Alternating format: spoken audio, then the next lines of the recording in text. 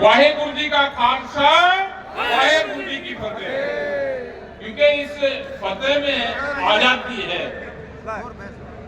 और टोहाना में तो आपने देखा ही है, जब यहाँ पे आंदोलन चला तो उग्रा साहब और सब लोग, हमारी जो पूरी टीम थी वो थाने में ही लेटे वहां के भाई।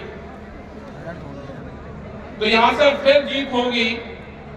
आप सब लोगों को जो यहाँ पे आए सबका धन्यवाद है।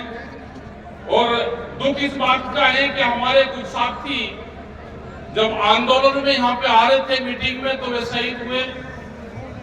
परमपिता परमात्मा से, वाहेगुरु से उनको अपने चरणों में स्थान दे। दुखद घटना है, उनके परिवारों को भी हमारा ये है कि हम सब दुख की घड़ी में उनके साथ में है। जो मुद्दे हैं, मुद्दे बहुत चर्चा यहाँ पे हुई, मीटिंगें हो रही हैं यहाँ पे। हमको सबको दोबारा फिर इकट्ठा होना पड़ेगा,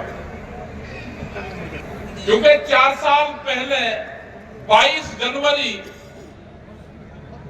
2021 को भारत सरकार से हमारी जो नेता थे हमारे एसकेएम के, उनकी बातचीत हुई थी। 4 साल से भारत से कोई बातचीत भारत सरकार से नहीं हुई।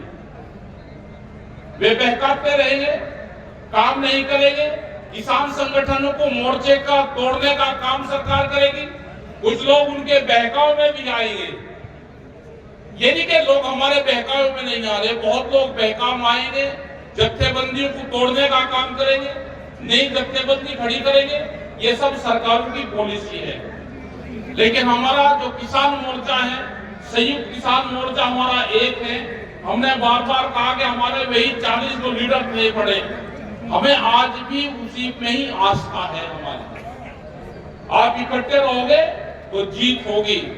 लड़ाई हर मोर्चे की, हर जत्थेबंदी की अलग अलग चली हुई है। ये मीटिंग भी जैसी यहाँ पे टोहाना में मीटिंग हुई, इस तरह की मीटिंग हमने उत्तर प्रदेश में, तमिलनाडु में, केरला में, वहां पे इस तरह की सब मीटिंग चली हुई है। उग्रा जी जैसे बोल गए कि दिल्ली की मीटिंग फिर कब होगी, दिल्ली की मीटिंग के लिए आप फिर तैयारी करनी पड़ेगी। और जो अगला आंदोलन दिल्ली का होगा तो दिल्ली के अंदर नहीं, वो केएमपी के चारों तरफ होगा। उसकी तारबंदी कर ली है कि कहां होगा, उसका पूरा ड्राफ्ट तैयार है। वो हम संयुक्त मोर्चे को देंगे कि अगला जो आंदोलन दिल्ली में होगा, जब भी होगा, वो कहां पर होगा, वो होगा केएमपी के आसपास। जो केएमपी है, दिल्ली को चारों तरफ से एक बाउंड्री है, उसके वहां पर होगा जब भी वो आंदोलन हो। लेकिन हमको एमएसपी गारंटी कानून के लिए एक विचारधारा पूरे देश को बनानी पड़ेगी। जैसे हरियाणा के मुख्यमंत्री ने कहा कि मैं तो 24 और 14 फसलों की खरीद कर रहे हैं। 14 फसलें, 24 फसलें तो हरियाणा में होती भी नहीं। ये झूठ बोलते हैं पूरा। हमने कहा कि सरकार को जो खरीद करनी वो खरीद कर ले, लेकिन व्यापारी जो खरीद करता है वो एमएसपी से कम पे खरीद ना करें। आपने देखा होगा कि बिहार के लोग आपके यहाँ पे मजदूरी करने आते हैं, वे बिहार के किसान हैं सब, लेकिन वहां पे मंडियां बंद होगी, उसको बाजार समिति बोलते हैं। वहां पे जो चावल का रेट है, जो धान का, जो जीरी का रेट है, वो 800 से 1200 रुपए क्विंटल है। वे इस रेट में बेचते हैं। वहां पे जो मक्का बेचते हैं, जो पूरे देश में बेहतरीन क्वालिटी की मक्का पैदा होती है, वो 1400 से 1600 रुपए क्विंटल बिकती है। वहां पे सूरजमुखी की खेती होती है, गन्ने की होती है, बहुत बेहतरीन वेजिटेबल सब्जी पैदा वहां पे होती है, लीची वहां पे पैदा होती है, लेकिन उन किसानों को भाव नहीं मिलता। तो इसीलिए बिहार के किसान ने बिहार को छोड़ के मजदूरी करने लगे या फिर पढ़ाई करने लगे। यही हाल कश्मीर का है, क्योंकि कश्मीर जो श्रीनगर ऊपर है, जहाँ पे सेब का उत्पादन होता है, उन किसानों को कैसे बर्बाद कर रहे हैं कि वे मुस्लिम समाज के लोग हैं। उनको बर्बाद करो तो उनको जो सेब का फसल है उसको ट्रकों के द्वारा रोका गया और 22 दिन तक उनके ट्रक रोके गए। जो काले कलर का सेब अंदर से निकला था 2 साल पहले, वो वही खेत थी। उन किसानों को करीब एक ही झटके में 3000 करोड़ रुपए का नुकसान करा। तो वहां पे भी आंदोलन चल रहे हैं। जो पंजाब की धरती पे आंदोलन चल रहे हैं, हम उस आंदोलन का समर्थन करते हैं। डालेवाल जी की हालत खराब है, हम उनके सब लोग सहयोग में हैं कि मदद उनकी कैसे हो, लेकिन हम कोई मदद नहीं कर सकते। या तो मदद भारत सरकार करेगी यह मदद वहां की कमेटी के लोग करेंगे।